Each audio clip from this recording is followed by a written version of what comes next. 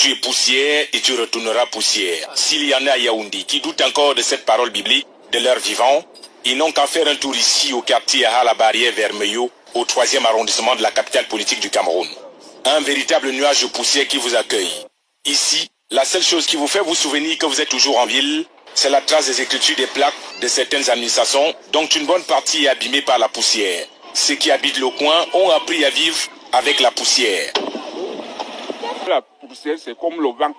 Ça ne s'arrête pas. C'est partout, même au lit. Même aux cheveux du lit, même en bas du lit, partout. On ne peut même pas laver les habits blancs actuellement. Même jusqu'au lit, il y a la poussière. J'ai la poussière partout. Quand tu arrives au lieu de service, tu es déjà poussiéreuse. Vraiment, c'est pour vous dire que nous sommes fatigués. Cette route est très importante. C'est elle qui sort là-bas en Simalène. Murs de maisons teints en couleur kaki, toitures colorées de poussière, les vêtements transformés en multicolores. Cette poudre n'a aucun respect pour des personnes et des biens. Regardez la route qui part vers la barrière. Il y a trop de poussière qui nous menace. Regardez l'état des habits sur nous. Un camion peut aller devant, il nous arrose la poussière par derrière. Tu vas t'engager à filer, tu risques de courir ton frère devant, donc il faut ralentir. Même quand vous vous réveillez le matin, vous mettez la main dans le nez, vous ressortez le doigt, ce n'est que la poussière. Les mêmes cris de détresse sont poussés au quartier qui est sud, communément appelé concentré dans l'arrondissement de Yaoundé 4e. C'est une véritable concentration de poussière qui dicte sa loi. Le chef du quartier est lui-même dépassé par les événements. Il y a des camions qui ont du souffle et qui apportent beaucoup de poussière comme ça. Sitôt que vous lavez votre véhicule, il se salit aussitôt. À Fanoyo, Mimboman Chapelle, Kolmeseng, Ahala, Oyoma Bankan Sonel, la poussière a pris le commandement en période d'été dans la ville de Yaoundé. Les influenceurs camerounais sont devenus des champions sur la toile pour se mêler des problèmes qu'il y a partout en Afrique, mais sont aussi les grands champions pour se taire quand il y a des problèmes chez eux. Il se trouve que depuis quelques jours, le Cameroun est en deuil, parce qu'on vient d'assister à un crime des plus horribles. Et malheureusement, je ne vois personne sur la toile s'indigner. Dans cette vidéo, j'aimerais m'indigner. M'indigner parce que ce qui est en train de se produire au Cameroun est inacceptable. Figurez-vous que, il y a de cela quelques jours, on a retrouvé le corps sans vie d'un animateur, d'un journaliste camerounais nommé Martinez Zogo. On a retrouvé ce corps avec des mutilations incroyables. Même dans des films d'horreur, on ne retrouve pas ce genre de choses. Le corps qu'on a retrouvé avait une langue coupée. Pour dire, taisez-vous. Le corps qu'on a retrouvé avait des doigts coupés. Le corps qu'on a retrouvé avait les parties génitales coupées. Le corps qu'on a retrouvé, d'après l'autopsie, avait eu des objets enfoncés dans les parties génitales. Il a été tué après d'atroces souffrances. Mais le corps qu'on a retrouvé a été retrouvé aussi en décomposition avancée. Parce qu'il avait été tué depuis plusieurs jours. Et qui était donc Martinez Zogo? Je ne le connaissais pas avant cet incident.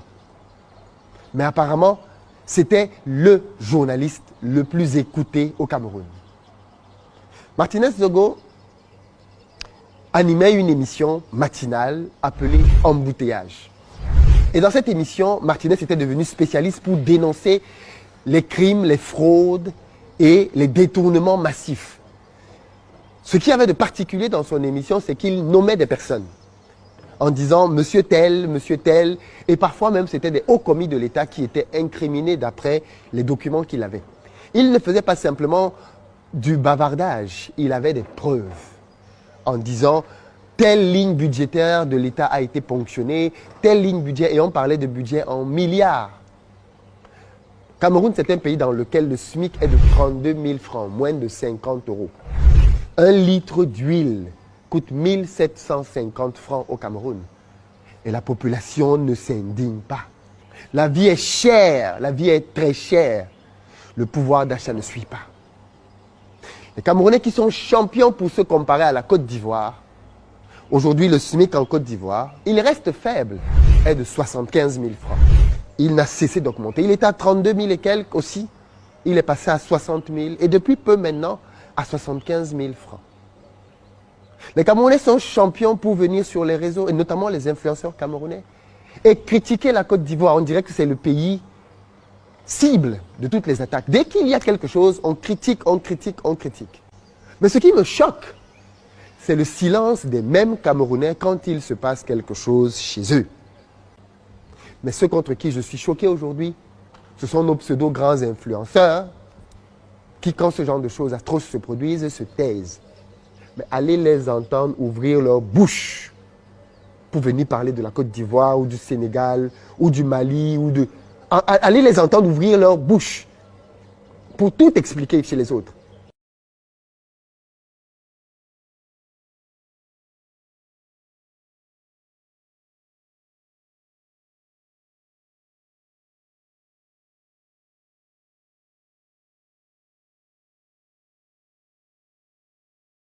Ce dimanche, dans les rues de Douala au Cameroun, la célébration des 40 ans au pouvoir de Paul Biya ne laisse personne indifférent.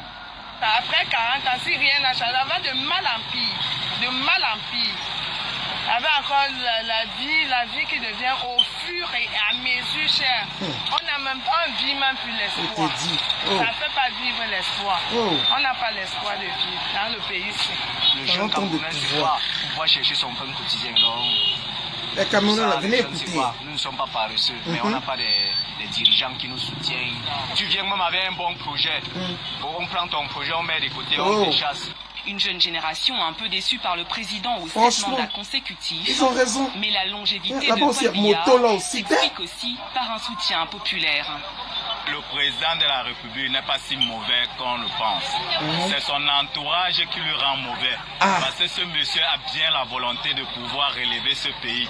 Mais son entourage le trompe en faisant des faussetés. Comme ce jeune, aujourd'hui 75% des Camerounais ont moins de 25 ans. Et nombreux sont ceux qui souhaitent aussi une alternance politique. Moi, je suis né en 88, je n'ai plus connu son excellence au pouvoir. Et j'aimerais connaître un autre président. Pour moi, c'est important. Même s'il travaille, mais c'était bon. Je veux voir au moins il pouvait rester longtemps. Mais le pays là même est dégradé. Les choses peuvent changer, une nouvelle idée et tout. 30 ans de pouvoir, c'est beaucoup quand même. Il pense, comme il a dit lui-même, rentrer en vos cafés reposer. Il n'a qu'à aller se reposer. Quelqu'un devra prendre voir ce qu'il a fait. Ou se mettre en retrait. Après plus de 40 ans au pouvoir, difficile aujourd'hui de savoir si Paul Biya envisage cette option. Non, il faut pas La prochaine élection présidentielle aura lieu en 2025. Et le chef de l'État camerounais, âgé de 89 ans, n'a pas encore dévoilé son intention de briguer ou non un 8e mandat. C'est-à-dire que mon sentiment d'être Camerounais, non, être Camerounais c'est une malédiction. C'est comme un homme qui a péché dans une autre vie et Dieu, pour le punir, a décidé de l'envoyer au Cameroun. Le Cameroun, c'est l'enfer. N'est-ce pas? C'est l'enfer. On ne meurt pas avant d'aller en enfer. Mais quand tu passes par le Cameroun, ça veut dire que tu as accompli ton passage d'enfer. Non, je ne suis pas moi fière d'être camerounaise. Ouais, papa, tout le pays m'énerve, pardon. Et que si on comprend bien, si vous avez l'opportunité même de quitter le pays, même si c'est maintenant, vous allez partir. Même si c'est maintenant. Donc, c'est-à-dire que sans rien prendre, je pars. Donc, si on me donne l'opportunité pour rien, je pars. Bonjour papa, moi c'est Jessica et vous? Moi c'est Christian. Ok, papa Christian, j'ai une petite question pour vous ce matin. Jusqu'à aujourd'hui, quelle a été la pire erreur de votre vie? La pire erreur de ma vie, c'est d'être Camerounais. Être Camerounais comment, papa? Oui, j'aurais souhaité être même Tchadien. Mais pourquoi? Parce que le pays va mal. Est-ce que c'est de votre faute si le pays va mal? Quelque part, c'est de notre faute aussi. C'est le staff dirigeant. Le staff dirigeant. Oui. Donc s'il fallait choisir, vous aurez préféré être n'importe quelle autre nationalité que d'être Camerounais. Le peuple le plus jaloux de la planète Terre, c'est le peuple camerounais. Voilà un peuple qui, au lieu de s'intéresser à ces myriades de problèmes qu'ils ont, Camerounais et Camerounaises, se transforme subitement en philosophe, en savant, pour parler des pays qui sont en année-lumière de développement sur le Cameroun. Exemple, la Côte d'Ivoire. Et donc ici, nous invitons ces Camerounais à regarder auprès d'eux dans leur propre pays pour se rendre compte qu'ils sont un pays qui n'est même pas en voie de développement, mais un pays qui est en voie de sous-développement et de non-développement. Le Cameroun est un pays en voie de non-développement. Et donc, cherchez d'abord à devenir un pays en voie de sous-développement avant de venir vous comparer à la Côte d'Ivoire qui est qu'un pays qui est en train d'aller vers une économie intermédiaire pour aller vers son émergence. Voilà la grande différence entre vous et nous. Vous comprendrez naturellement que c'est une jalousie des Camerounais vis-à-vis des Ivoiriens. Mais quelles sont les causes fondamentales de la jalousie? Pourquoi quelqu'un peut être jaloux? Il y a deux causes qui peuvent amener une personne à être jalouse. Je prends par exemple quelqu'un. Les Camerounais sont jaloux des Ivoiriens. Une première explication peut être que les Camerounais auraient souhaité être à la place des Ivoiriens. Mais comme ils ne peuvent pas être à la place des Ivoiriens, donc il faut peindre les Ivoiriens en noir, incapables de ressembler à l'autre, incapables de lui demander qu'est-ce qui fait que tu as réussi. Cela donc, il le transforme en jalousie, ce qui est donc un signe de faiblesse et d'incapacité. Ça, c'est une première explication. Et une deuxième explication de la jalousie serait simplement la méchanceté gratuite. Pourquoi l'autre avance? Moi, je n'aime pas avancer. Mais pourquoi lui, il avance?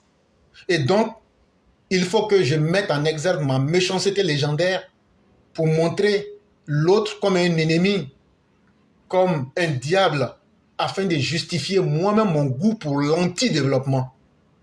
Et que ce soit la première cause ou la deuxième cause, les deux vont effectivement avec les Camerounais, qui sont un peuple qui, au lieu d'exiger de Paul Biya Mvondo, alias Papa Nkunkuma, au lieu d'exiger à ce dernier de travailler et de lui faire un bilan, depuis 82, il est au pouvoir, on ne se demande même plus combien de mandats.